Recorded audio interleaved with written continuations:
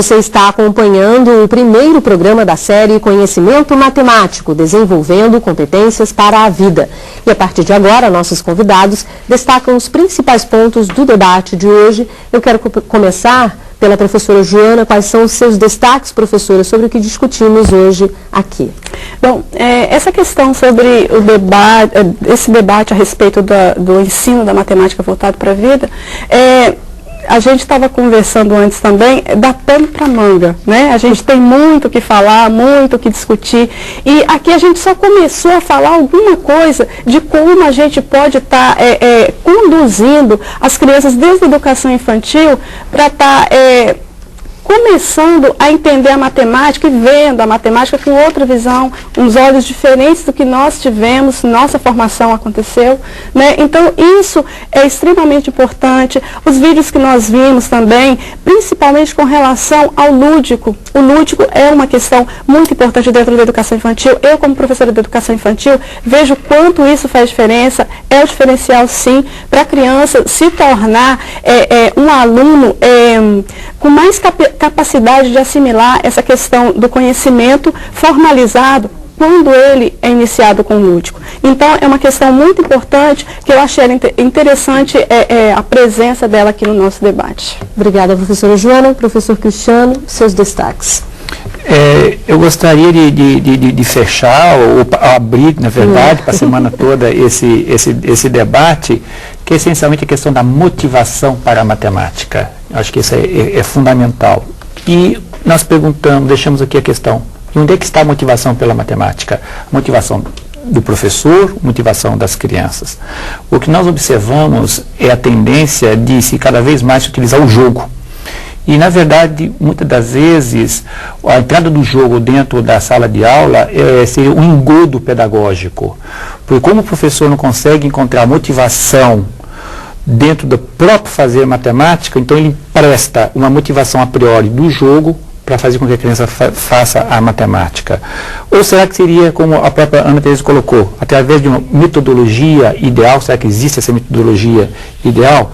E, na verdade, o que está em debate nessa série de programas é o resgate da cultura dentro do espaço do ensino da matemática, resgatando o corpo, resgatando a matemática nas profissões, a matemática na cultura infantil, a matemática em novas tecnologias, a história da matemática, e mostrando que a matemática, na verdade, é uma produção humana.